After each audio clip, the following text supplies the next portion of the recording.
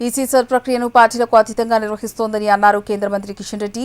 సర్తో ప్రజల్లో చైతన్యం వచ్చిందని, ప్రజలు పెద్ద ఎత్తున పాల్గొంటున్నారని తెలిపారు. సర్ ప్రక్రియపై కాంగ్రెస్ పార్టీ దుష్ప్రచారం చేస్తుందని విమర్శించారు.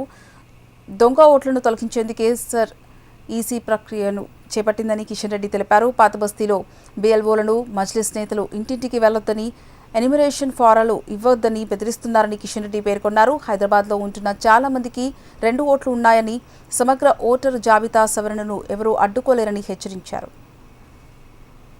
ఎలక్షన్ కమిషన్ రాజకీయాలకు అతీతంగా, ప్రభుత్వాలకు అతీతంగా రాజ్యాంగబద్ధమైనటువంటి స్వతంత్ర సంస్థ ఎలక్షన్ కమిషన్. ఏ రాజకీయ పార్టీకో, ఏ ప్రభుత్వం యొక్క కనుసైగల్లో పనిచేసేటువంటి సంస్థ కాదు. ఈ రోజు కాంగ్రెస్ పార్టీ ప్రభుత్వము, ముఖ్యమంత్రి స్వయంగా బెదిరించేటువంటి ప్రయత్నం చేస్తా ఉన్నాడు. మొన్న ఒక ముస్లింల సమావేశం పెట్టి మీరు జాగ్రత్తలు తీసుకోకపోతే మీ ఓట్లన్నీ పోతాయి, కాంగ్రెస్ అంటే ముస్లిం అంటే కాంగ్రెస్ అనే విధంగా ఇటీవల పబ్లిక్ గార్డెన్ దగ్గర మీటింగ్ పెట్టి ముస్లింలను రెచ్చగొట్టేటువంటి ప్రయత్నం, ముఖ్యమంత్రి స్వయంగా శాంతి భద్రతలకు భంగం కలిగించేటువంటి ప్రయత్నం, ఎస్ఆర్ ప్రక్రియను దెబ్బతీసేటువంటి ప్రయత్నం, మతంతో ముడిపెట్టేటువంటి ప్రయత్నం ముఖ్యమంత్రి స్వయంగా చేస్తా ఉన్నాడు. ఎవరు ఎంత గుండెలు బాదుకున్నా, ఎవరు ఎలక్షన్ కమిషన్ మీద తప్పుడు ఆరోపణలు చేసినా ఈ ప్రక్రియను ఎవరు ఆపడానికి వీల్లేదు. ఈ రోజు ఎస్ఆర్ ప్రక్రియ టోటల్ గా తెలంగాణ ప్రభుత్వ సిబ్బందితో జరుగుతున్నటువంటి ప్రక్రియ.